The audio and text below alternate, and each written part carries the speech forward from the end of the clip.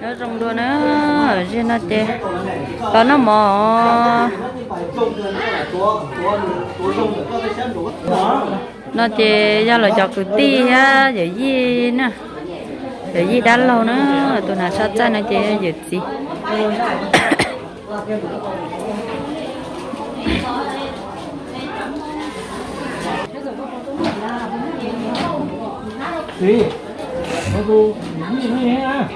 giờ gì li non rồi à tương thôi cái kia là non rồi cái lem à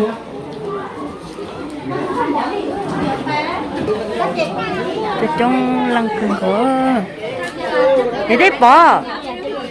đấy bỏ chân sang rồi chứ toa bữa ta cũng được ba hai à chưa rõ rồi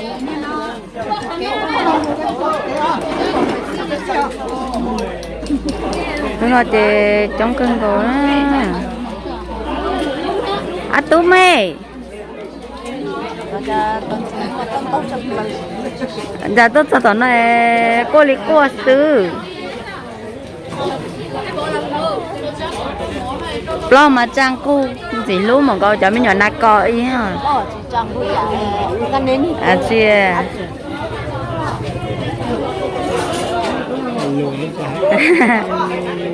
cứ ăn chả gì chơi à nó khươn chảy á cứ giá khươn chảy người chị chơi có cứ con à anh nữa à chị các cứ phô hơn dạ anh nè ui như cha biết chúng nó lấy cũng như cha trong chúng này của cha cái gì nào lúc tốn đi cái lúc tốn đi cái mua mà lúc không mua mà có mua nó rung ra dùng ít kho mà thế liền con gì mà lo cái kia nó thì bé trong cha năm mỏi à nó mà chị bé lúc trong rồi nên đỡ chị tư bé tư rồi chị ta nó mà bụng cầu tao lúc trong cơ trong xé cũng cầu nó rồi cũng chưa là cô to cái này giờ là cô to thì xé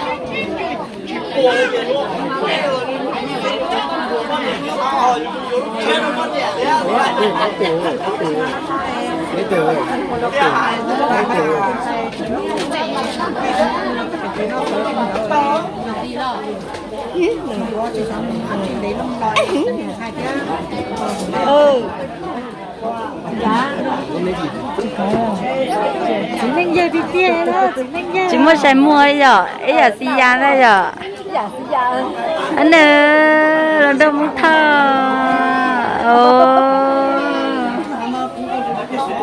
cứ xì da rồi à chị à giờ phong ta mà sẽ nữa có hai đời rồi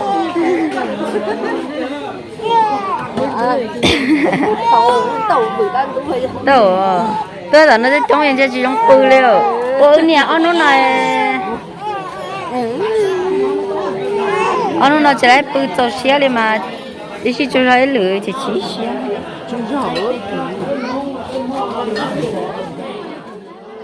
thì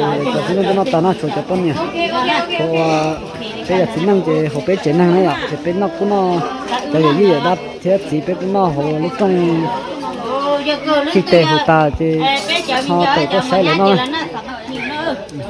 thì giờ cho một thế cho nhau rồi nó trong nó ta sẽ nhiều cái bài nhiều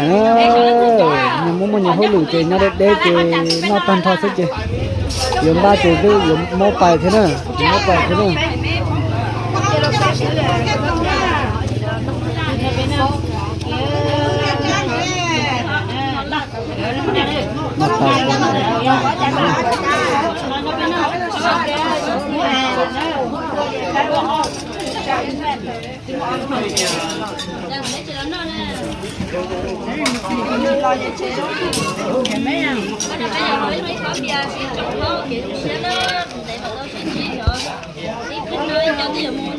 Lấy trắng bò đi câu là cái qua một đứa thế à? Nhớ trống thôn nó mà ta chị ơi. nó sẽ ta sẽ cho cái được phải Bỏ là co. cái sát tiền đó luôn rồi nó mà lo cho từ mà mình với từ mình nhỏ nó có á Thịnh lên. Cái nó mình lo rút rồi, cái nó cái nó chỉ cho thịt thôi. Chị chị nó ấm ha, cái nó nè. cho rõ vào Châu khai thì chị chị nó ấm này. Cô liền nó mà nó mì mà nó hắn. ở tận nè đó là mà Còn mà nữa là cái họ mình đến nữa xía cái nó. rồi mình có ta hôn rồi có ta ổn định rồi cái thế mình ra Nhưng mà sai rồi nó có phải ừ. nó có chia Thế chứ có. rồi nó thì cứ yêu dài nó thì nó chia giao thông đi lỗ nó mà Chưa chả.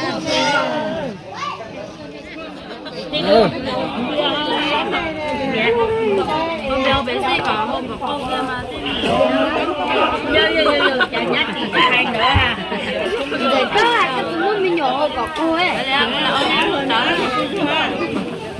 Nhảy được cái chữ cái cá hả cô ở trong ta lội rồi. Chị hôm đâu là hôm mình chỉ vô đấy tụi mình nhớ cô cũng đỡ.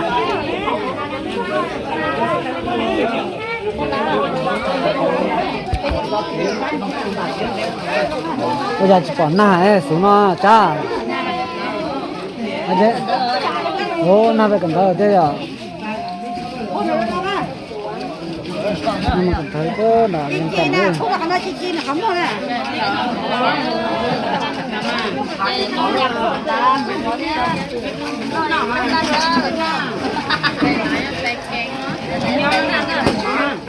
Lớn là đến nào kia. Đến nhau đây, đến nhau sáng đến mấy kia.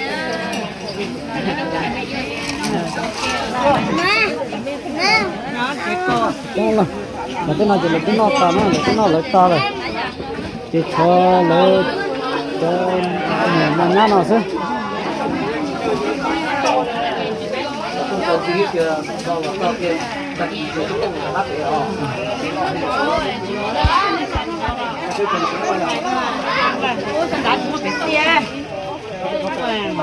Nhớ chưa? Nhớ tận cho nó cá tận đó trên luôn á. Tức là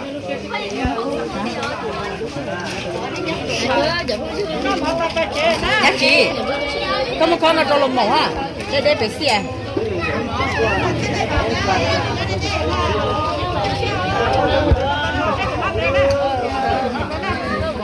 đắt con ơi con tay này phải xỉa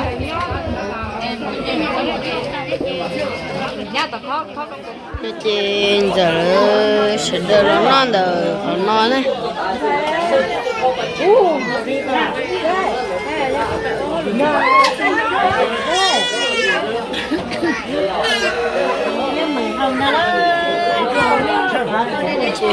Chị Poli là hẻm bia thôi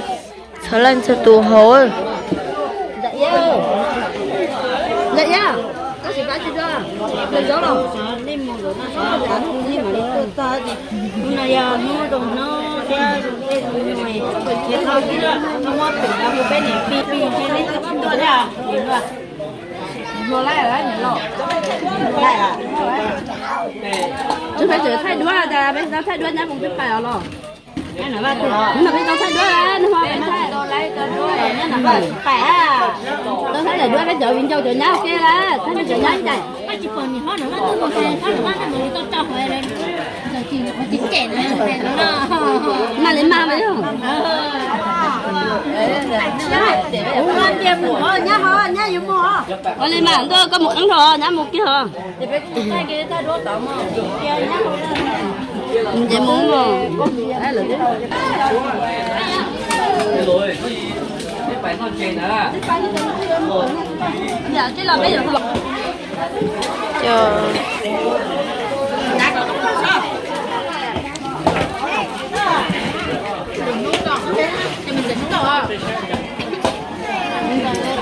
này không là tôi bây giờ phải nó ok đấy tôi chẳng là không có xíu rồi đấy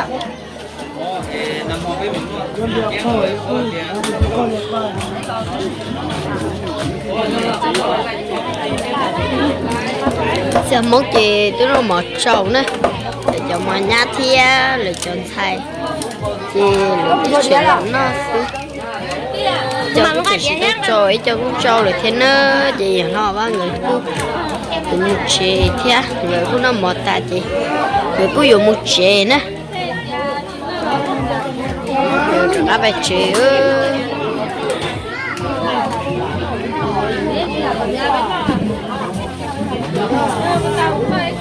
Đây.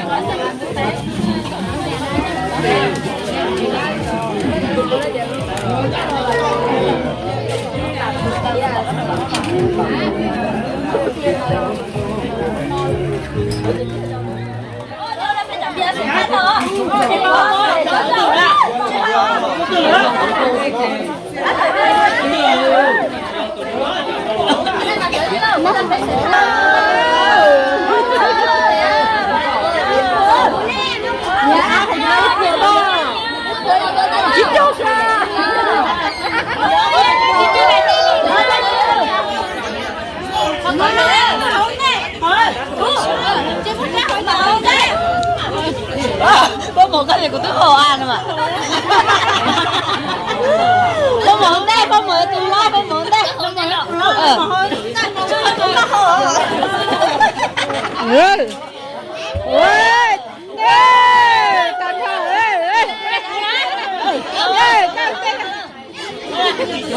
không biết là gì nữa chứ không có là gì không có là gì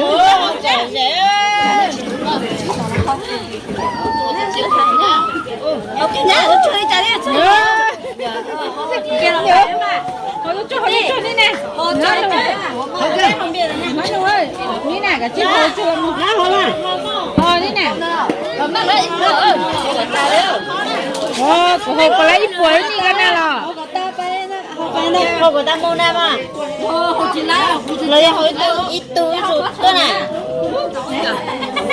hồi là ấy chứ hôm nào hồi lấy cơ chân để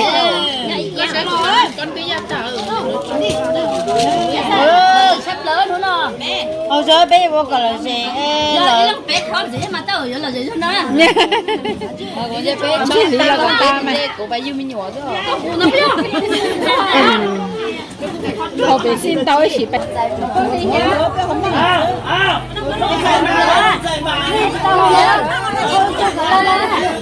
nhát chỉ là to liền cho lá thả đâu dạ ông đi cái bỏ giờ nó có chuyện bỏ hết nè đắng lá thả lò để nó say à mà chỗ đó tôi xí tới hơn không có ít bữa mấy không cầm luôn hả mình không có cầm mấy phải nói cái chuyện này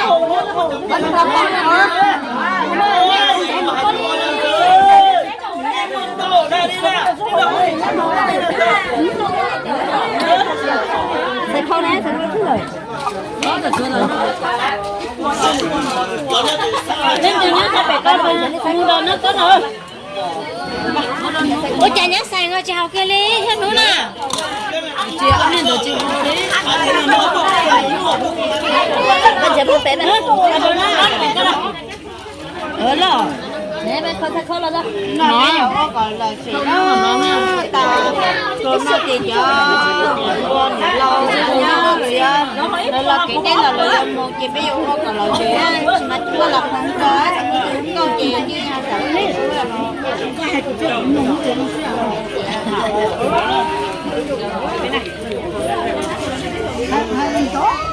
cả các chị kia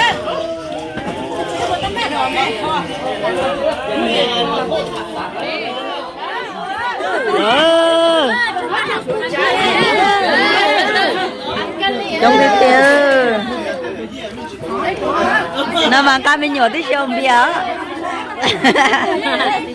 ở từ nó là bên nhỏ tôi chơi nó không bia nhá bây giờ ủa hồi buồn ta nó mỏ là từ không đây à nhật ti à ít bùa kia nữa cha nói có chỉ lo là hơi bùa ta ấy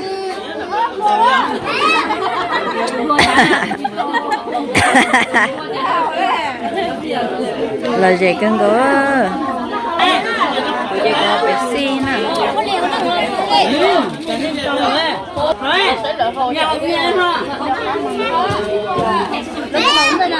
để tí à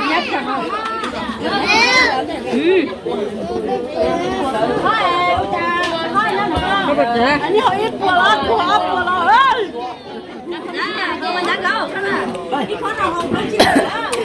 ủa ý lửa à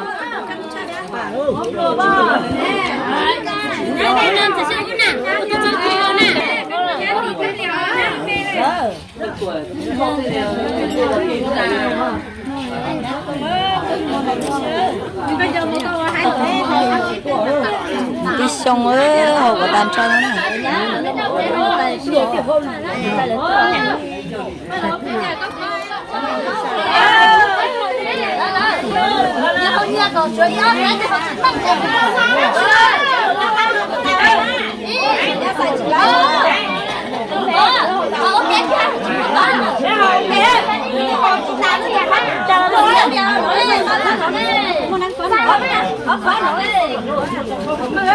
Làm gì bình thường thôi, còn việc sinh sống thôi. Còn gì tiếp theo nữa mà nè.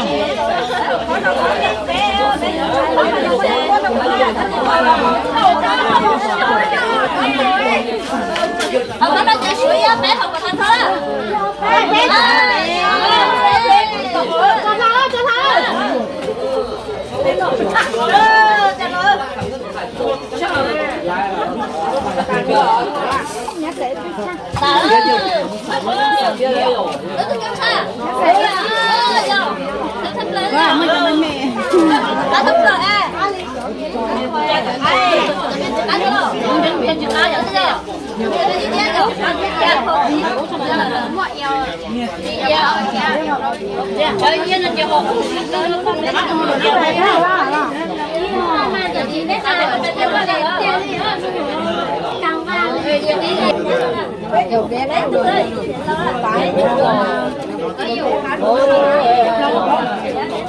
Không